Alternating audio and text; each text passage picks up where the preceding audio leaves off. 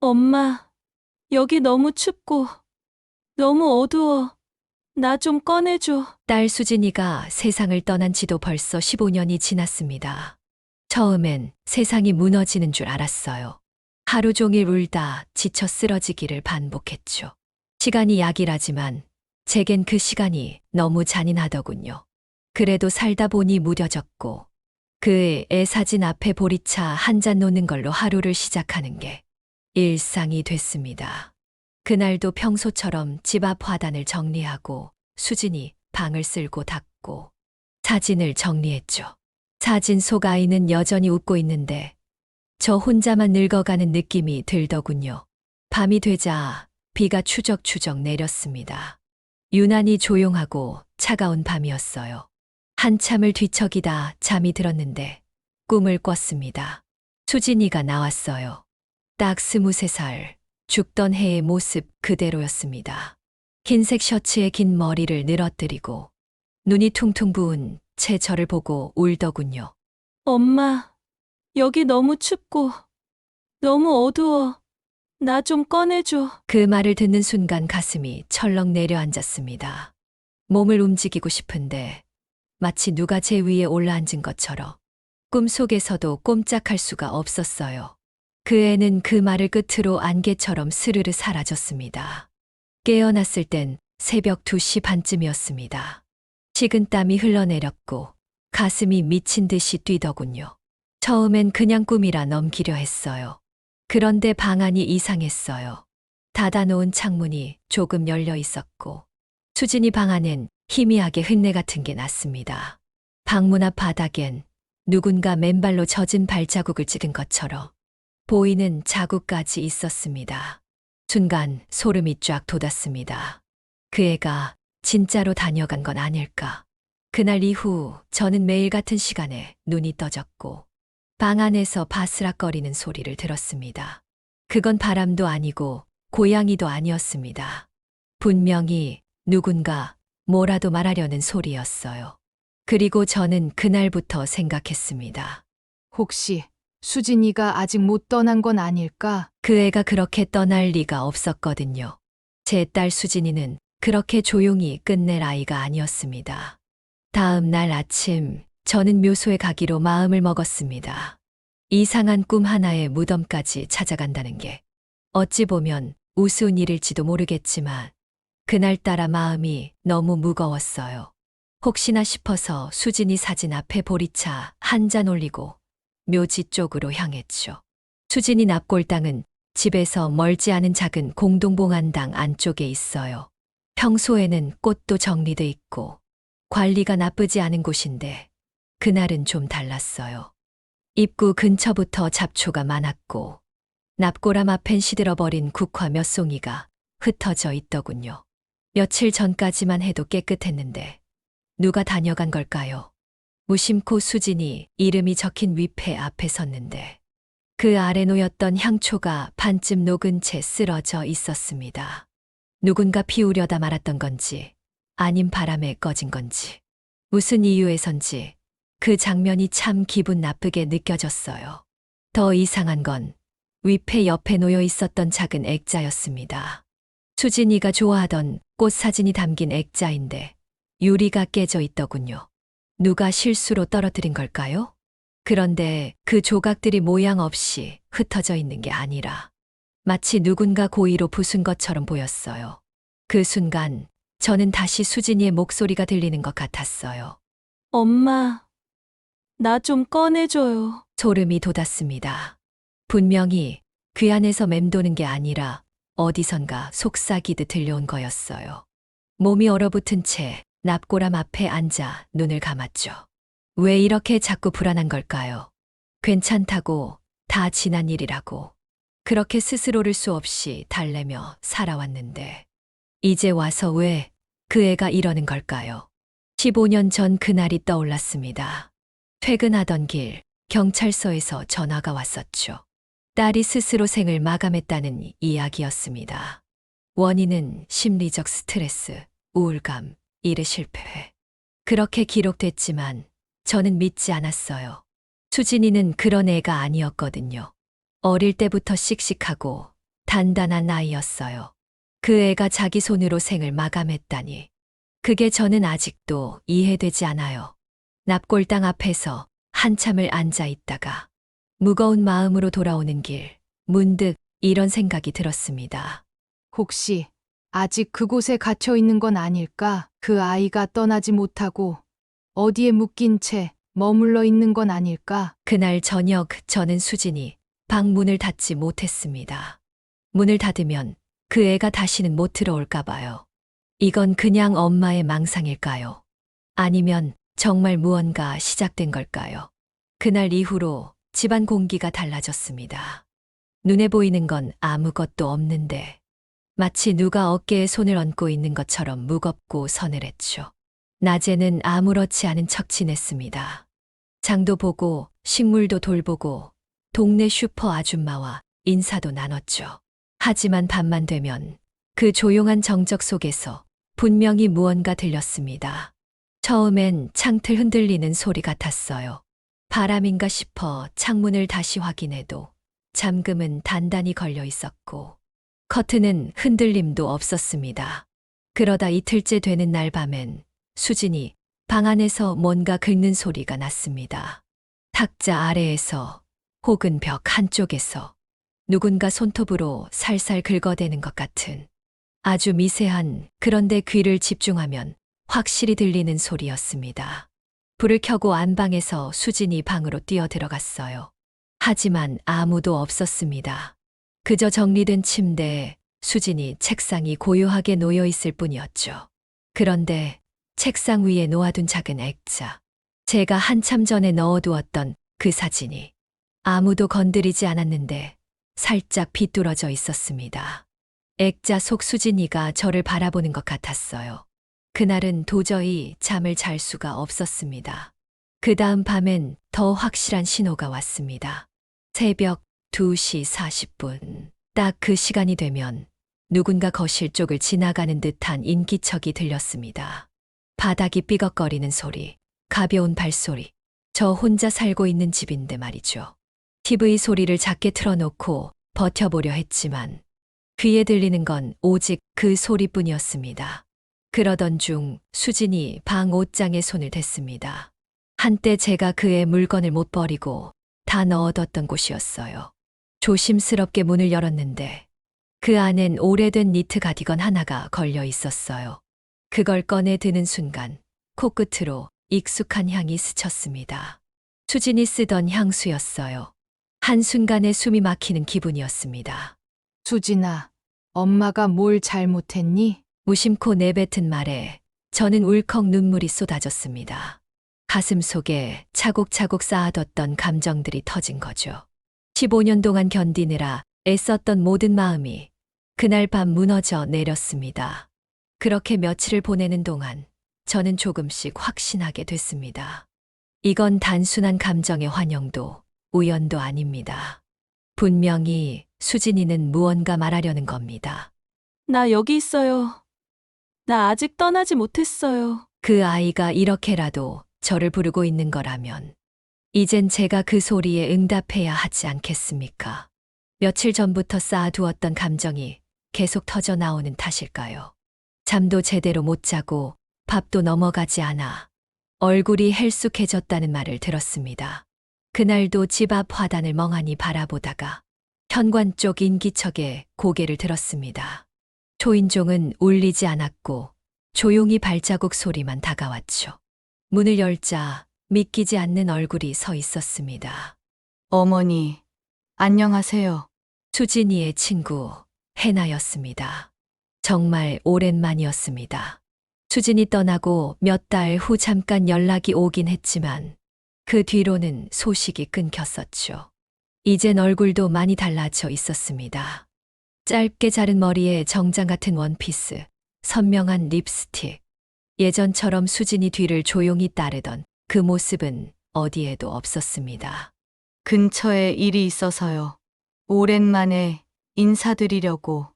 해나는 어색한 미소를 지으며 집 안으로 들어섰습니다. 말은 그렇게 했지만 왠지 준비된 듯한 표정이 느껴졌어요. 앉자마자 집안을 한 바퀴 둘러보던 눈길이 수진이 방 쪽에서 잠시 멈추더군요. 아직 방 그대로 두셨네요. 해나의 말에 저는 말없이 고개만 끄덕였습니다. 딱히 대답하고 싶지 않았어요.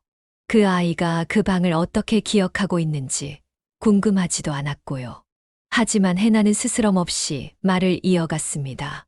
수진이 정말 좋은 사람이었죠. 저는 그 애 덕분에 많이 배웠어요. 그때 일은 지금도 너무 가슴이 아파요. 그 말이 이상하게 느껴졌습니다. 가슴이 아프다면서 왜 얼굴엔 아프지 않은 표정을 하고 있었을까요? 저는 조용히 물었습니다. 그날 수진이 마지막으로 너한테 연락한 적 있니? 그 질문에 해나는 눈을 피하며 생긋 웃었습니다. 아니요. 저는 몰랐어요. 그냥 연락 안 되길래 일이 바쁜 줄만 알았죠.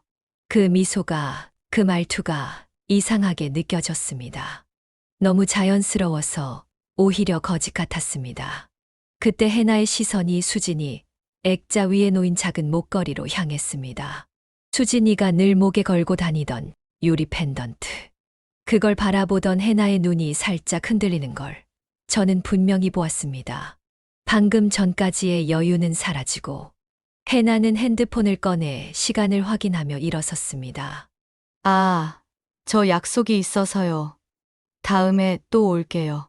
갑자기 들이닥쳐서 죄송해요. 그녀는 인사도 제대로 하지 않은 채 서둘러 나갔습니다. 현관문이 닫히고 조용한 집 안에 혼자 남겨진 저는 의자에 주저앉았습니다. 무언가 맞지 않았습니다.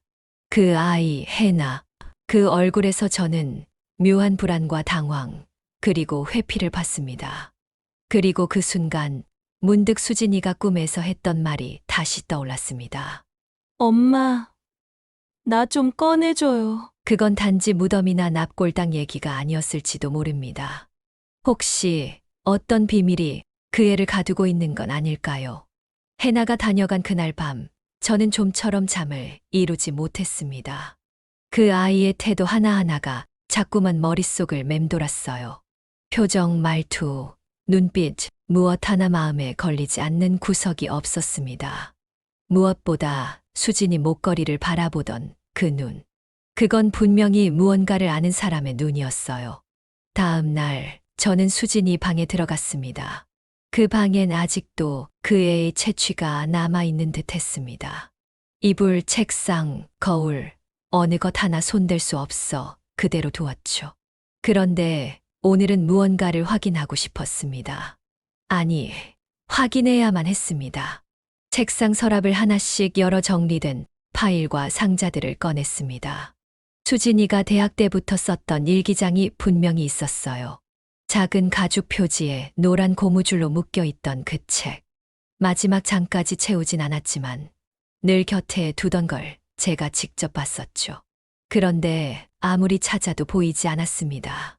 책상 서랍도, 책꽂이도, 침대 밑 수납함까지 전부 열어봤지만 일기장은 흔적조차 없었습니다. 혹시 다른 데 옮겨뒀나 싶어 옷장 안까지 뒤졌지만 없었습니다. 대신 그 안에서 수진이 메모장 몇 건과 USB 하나가 담긴 작은 박스를 발견했습니다. 하지만 그 USB 역시 텅 비어 있었습니다. 파일이 전부 삭제된 상태. 복구 프로그램을 돌려봤지만 아무것도 나오지 않았습니다. 이건 단순한 실수가 아니라 의도적인 삭제라는 걸 직감했죠. 그때 등줄기를 타고 서늘한 기운이 스쳐갔습니다. 그날 해나가 방을 스쳐 지나갈 때 잠시 멈춰 섰던 순간이 떠올랐습니다. 그 아이가 그 짧은 시간 안에 무언가를 가져간 건 아닐까요? 저는 문득 수진의 메모장 중 하나를 펼쳐봤습니다. 중간에 몇 장이 뜯겨 있었고 남은 글에는 내가 믿은 게 잘못일까? 너무 불안하다. 라는 짧은 문장이 적혀 있었습니다. 심장이 철렁 내려앉았습니다. 그 애가 마지막으로 누구를 믿었을까? 가장 가까운 사람, 함께 일하던 동료, 바로 해나였을 텐데. 수진아, 내가 뭘 말하고 싶은지. 엄마 이제 조금 알 것 같아. 입을 꾹 다문 채 다시 앉았지만 손이 떨려 아무것도 쥘 수 없었습니다. 그날 밤 저는 수진이 방불을 끄지 않았습니다. 혹시라도 그 애가 또 다녀갈까봐, 어두워 무서울까봐 창문을 닫으며 속으로 말했죠. 이젠 엄마가 찾을게. 그리고 무슨 일이 있었는지 엄마가 꼭 밝혀낼게. 마음 깊은 곳에서 느껴졌습니다. 이건 그냥 엄마의 직감이 아니었습니다. 어떤 진실이 정말로 사라진 게 아니라 묻혀 있는 것이라는 강한 확신이었어요. 그날 이후 며칠 동안 저는 거의 잠을 자지 못했습니다.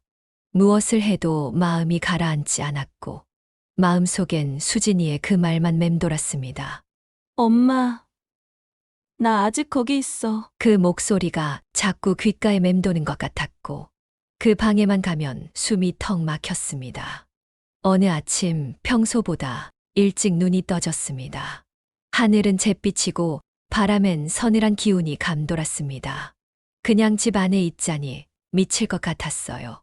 괜히 시장이나 돌까 하고 나섰다가 무작정 버스를 탔습니다. 발길이 닿는 곳으로 가보자 마음먹은 거죠. 한참을 달려 도착한 곳은 낯선 동네였습니다. 그런데 그 길가 한켠 작은 절 간판이 눈에 들어왔습니다. 예전엔 절 같은 데 들를 일이 없었는데 그날따라 이상하게 끌렸습니다. 마치 누가 그곳으로 이끌고 있다는 느낌, 그런 거였습니다. 절은 작고 조용했습니다. 계단 몇 칸을 올라서자 작은 나무 문이 열려 있었고 그 안에서 스님 한 분이 조용히 마루를 닦고 계셨습니다. 제가 조심스럽게 다가가 인사를 드리자 스님은 말없이 고개를 끄덕이고는 앉으라 손짓하셨습니다. 말없이 마주 앉은 채 몇 분쯤 흘렀을까요? 스님이 조용히 입을 열었습니다. 가셨던 분이 아직 떠나지 못하고 계시네요. 그 말에 저는 깜짝 놀라 고개를 들었습니다. 제가 딸 얘기를 꺼내기도 전이었거든요. 스님은 제 표정을 보고도 놀라지 않았습니다. 오히려 담담하게 말을 이었습니다. 매듭이 풀리지 않은 채 떠난 영혼은 머물게 됩니다. 그 아이, 뭔가를 전하려고 계속 머무는 겁니다. 무서워하지 마세요. 지금 그 아이는 어머니에게 도움을 요청하는 거니까요. 저는 그 말에 눈물이 핑 돌았습니다. 말도 못하고 보이지도 않고 꿈속에서까지. 그 애가 얼마나 절박했을까요? 무엇이든 그 아이가 남긴 자취를 되짚어 보세요. 분명히 어떤 신호를 남겨뒀을 겁니다. 그걸 찾고 풀어줘야 떠날 수 있어요. 스님의 말은 조용했지만 제 가슴엔 큰 파문이 일었습니다. 돌아가는 길 내내 저는 그 아이가 남긴 흔적들, 그리고 사라진 유품과 일기장을 떠올렸습니다. 그리고 그날 밤 수진이 방에 들어가 창문을 닫으려다 문득 발견했습니다. 창틀 모서리에 까맣고 부드러운 올빼미의 깃털 한 조각이 꽂혀 있었습니다. 올빼미는 밤을 지키는 새, 죽은 자의 메시지를 전하는 전령이라 들은 적이 있습니다. 그 깃털 하나를 손에 쥐고 나니 손끝이 이상하게도 따뜻했습니다. 그건 단순한 깃털이 아니었습니다. 수진이가 정말로 무언가를 말하고 있다는 확신이었습니다. 이제 진짜 시작해야겠구나. 그 애가 떠날 수 있도록 엄마가 마지막으로 꼭 해야 할 일이 생긴 거였습니다. 올빼미 깃털을 손에 쥐고 그 밤을 보낸 후 제 마음속엔 어느 때보다도 분명한 방향이 잡혔습니다. 이제 두려움보다 확신이 더 컸습니다. 수진이는 그냥 떠난 게 아닙니다. 그리고 그 죽음 뒤에는 누군가가 무언가를 감춘 사람이 있었습니다. 그 다음 날 저는 오래된 수진이 유품 박스를 다시 꺼냈습니다. 고등학교 때 수첩, 대학 시절 동아리 명찰, 졸업 앨범, 이름이 적힌 학회 티셔츠. 그 속엔 그녀의 20대가 고스란히 남아 있었고, 저는 그 안에서 단서를 찾고 싶었습니다. 특히 눈길이 간 건 사진 한 장이었습니다. 수진이와 해나, 그리고 또 다른 친구 셋이 함께 찍은 동아리 여행 사진이었죠. 다들 웃고 있는데 이상하게 해나만 정면을 보지 않고 수진이를 바라보며 웃고 있었습니다. 마치 무언가를 알고 있는 사람처럼. 또 하나, 수진이 명함 다발 안에 섞여 있던 사업 계약서 복사본. 스튜디오 수진의 내나 같이 꾸린 사진 스튜디오였습니다. 저는 그 이름이 유독 마음에 걸렸습니다. 앤이라는 단어. 그건 동등한 동업자라는 의미잖아요. 하지만 실상은 달랐습니다. 제가 기억하는 수진이는 항상 해나를 챙겼고, 프로젝트 자료도 대부분 수진이 몫이었고, 고객 응대, 촬영 기술, 홍보까지 수진이가 도맡았었죠. 해나는 어디까지나 옆에 있던 그림자 같았어요. 그런데 수진이 사망 이후 해나 혼자 스튜디오를 정리하고 장비를 되팔고 건물 임대 보증금을 해지했다는 말을 들었을 때 그게 이상하단 생각조차 못했습니다. 그저 그 애도 괴로워서 그렇게 정리한 줄만 알았죠. 하지만 지금은 다르게 보입니다. 수진이가 세상을 떠난 날, 해나는 그 사실을 누구보다 먼저 알았고 그날 이후 단 한 번도 저를 찾아오지 않았습니다. 장례식에도 마지막 날 잠깐 얼굴만 비추고 위로보다는 서류 정리에 바빴던 그 애의 모습이 이제 와서 낯설게 느껴졌습니다. 그리고 수진이 일기장이 사라지고 USB 안에 파일이 삭제되고 그날 해나가 방을 스쳐 지나며 무심코 바라봤던 목걸이. 그 모든 게 하나의 줄로 엮이기 시작했습니다. 혹시 수진이가 마지막 순간까지 믿었던 사람에게 배신당한 건 아닐까요? 이제 저는 더 이상 피하지 않기로 마음먹었습니다. 사랑하는 사람을 잃은 슬픔에 묻혀 살기엔 그 아이가 남긴 목소리가 너무 생생하니까요. 그날 밤 저는 수첩에 조용히 써두었습니다. 해나, 그리고 수지. 그 사이에서 무슨 일이 있었는지 꼭 알아내야 한다. 그날 밤 저는 오래된 주소록을 꺼내 들었습니다. 수진이가 생전에 이용하던 사진 장비업체, 보험사, 사업자 등록 내역, 그동안 보관만 해두었던 각종 서류들이 눈에 들어왔습니다. 그전까지는 차마 펼치지 못했던 것들인데 이젠 달랐습니다. 수진이가 제게 남긴 마지막 메시지를 외면할 수 없었으니까요. 다음 날 아침 저는 동네에 있는 작은 법률사무소 문을 두드렸습니다. 지금까지 살아오며 변호사를 찾아갈 일이 있을 거라고는 한 번도 상상하지 않았죠. 하지만 이번만큼은 달랐습니다. 제 이름으로 된 보험 수령 내역, 사업 정산 내역, 위임장 사본을 요청해달라고 했습니다. 저는 누굴 고소하러 온 게 아닙니다. 다만 사실을 알고 싶습니다. 변호사는 제 눈을 조용히 바라보며 고개를 끄덕였습니다. 며칠 뒤 변호사에게서 연락이 왔습니다. 여사님 따님 명의로 된 보험금 사망 3일 후에 특별 위임으로 지급됐습니다. 수령인은 윤혜나로 되어 있었고 정식 유족 승인이 아닌 긴급 위임 서류가 첨부돼 있었어요. 숨이 턱 막혔습니다. 사망 직후, 아니, 아직 장례도 치르지 않았던 시점입니다. 그 시간에 누군가는 이미 돈을 챙길 준비를 하고 있었다는 얘기잖아요. 그때부터 저는 차분하게 움직이기 시작했습니다. 과거 스튜디오, 임대 계약 해지일, 장비 매각 처리 내역, 해나가 사용한 법무대리인 정보까지 하나씩 파고들었어요. 모든 날짜와 기록이 수진이 사망 이후 5일 안에 집중돼 있었습니다. 정확하고 빠르게 마치 미리 준비라도 한 듯 말입니다. 한편으로는 식은땀이 났습니다. 제 딸은 너무 착했습니다. 그 애는 사람을 의심하는 걸 몰랐고 해나만큼은 언제나 믿었거든요. 그런 수진이가 만약 해나에게 어떤 배신을 느꼈다면 그건 견디기 힘들었을 거예요. 아마 그날 마지막 밤 그 애는 세상보다 사람이 더 무서웠을지도 모릅니다. 그날 저녁 저는 수진이 사진 앞에 앉아 작은 촛불을 켰습니다. 그리고 조용히 말했어요. 엄마가 다 보고 있어. 이제 엄마가 대신 물어볼게. 왜 내가 떠나야만 했는지, 누가 내 앞에서 문을 닫았는지. 복수라고 말하고 싶진 않았습니다. 하지만 이건 분명히 내 딸의 이름을 되찾는 일이었습니다. 그리고 저는 아무도 모르게 준비를 시작했습니다. 그 누구도 눈치채지 못하게 아주 조용히, 아주 차분하게, 조용히 움직이기로 마음먹은 뒤 저는 가능한 한 표정을 바꾸지 않으려 애썼습니다. 아무 일 없는 듯 시장도 다니고 동네 사람들과도 인사를 나눴죠. 하지만 속은 하루가 다르게 무거워졌습니다. 하루하루가 마치 알지 못할 기운과 마주하는 일 같았거든요. 그리고 마침내 그 기운은 해나에게도 닿기 시작했습니다. 며칠 전이었습니다.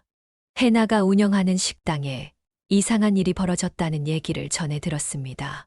한 손님이 갑자기 식사를 하다 기절했고 주방에선 연기가 났다더군요.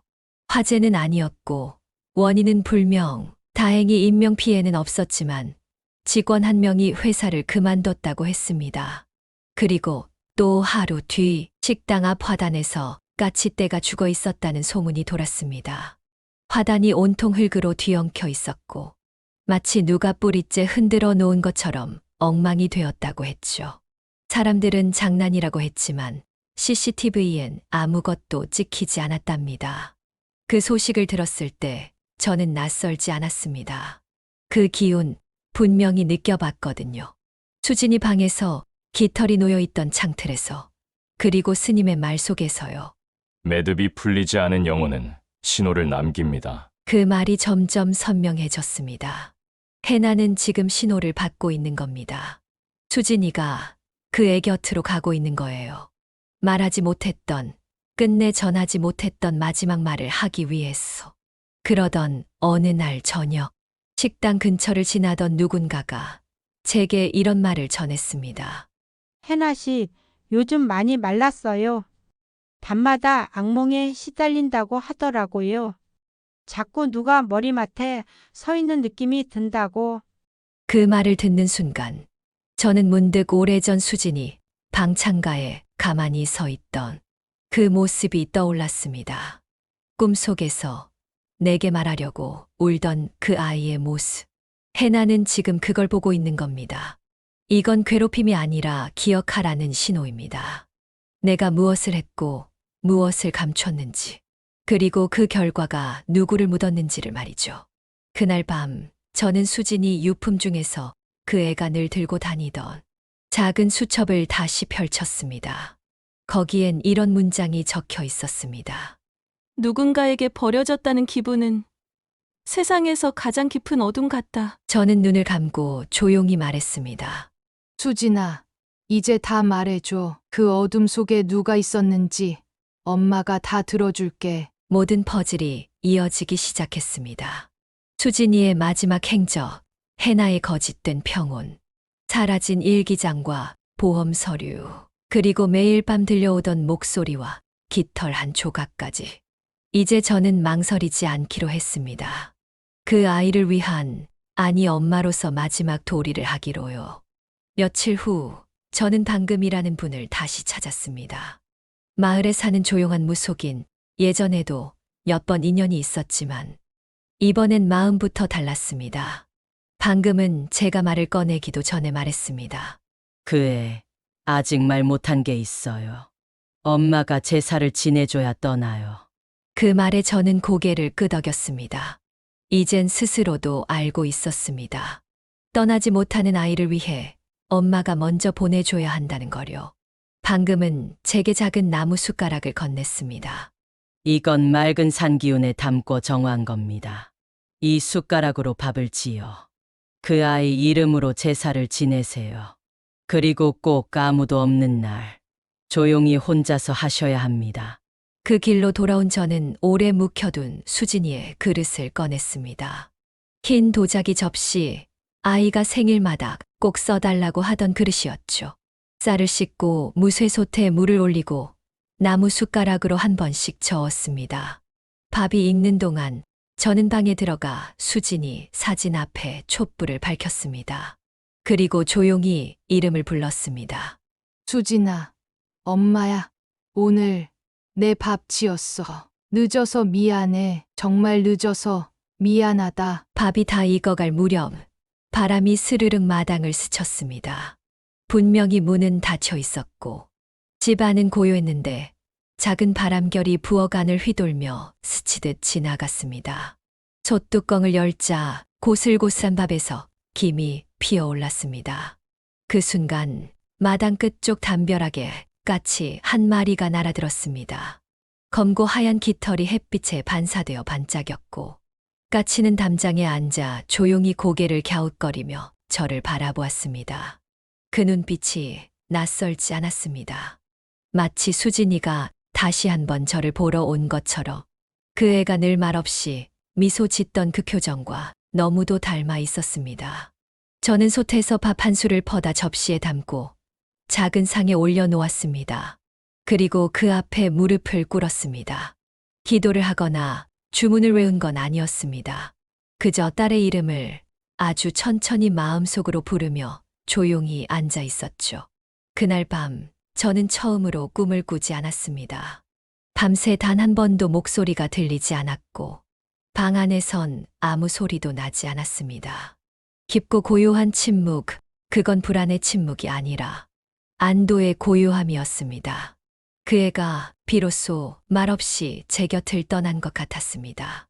그날 이후로는 꿈도 인기척도 밤의 속삭임도 들리지 않았습니다. 수진이 방도 이상할 정도로 조용했습니다. 처음엔 오히려 허전했어요. 매일 밤 들려오던 그 소리가 그 애가 곁에 있다는 증거처럼 느껴졌으니까요. 하지만 그것도 잠시, 이제는 알 수 있었습니다. 수진이는 마지막 인사를 하고 떠난 겁니다. 엄마의 손으로 마지막 밥을 받아가고 엄마의 눈물을 다 보고서야 편히 갈 수 있었던 거겠지요.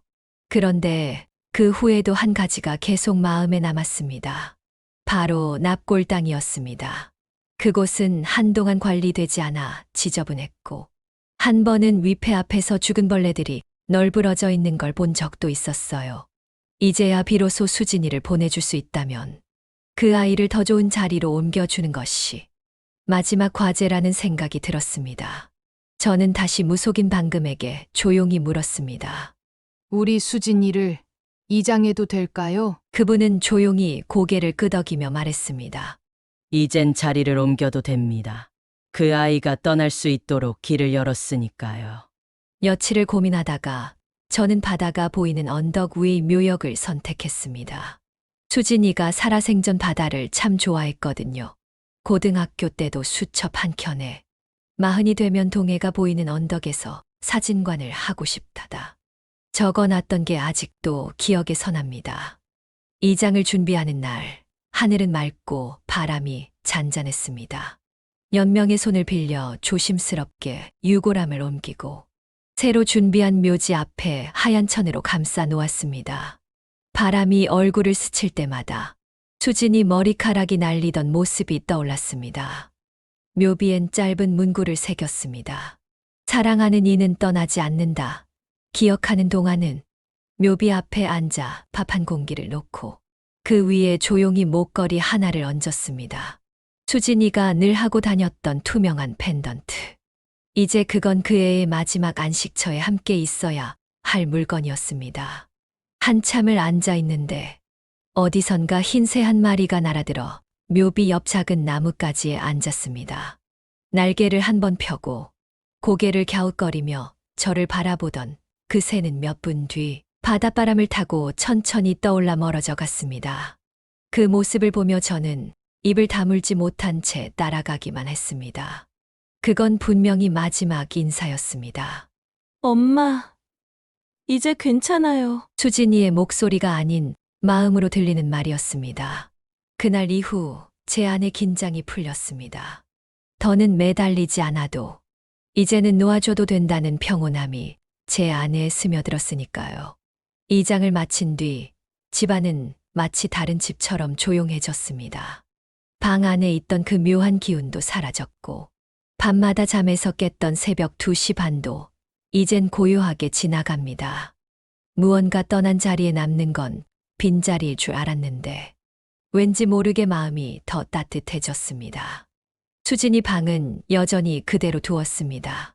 책상 위에 사진 한 장, 침대 위 얇은 담요, 그리고 작은 도자기 그릇 하나. 며칠 전 그릇을 닦으며 살짝 미소가 지어졌습니다. 내가 좋아하던 거.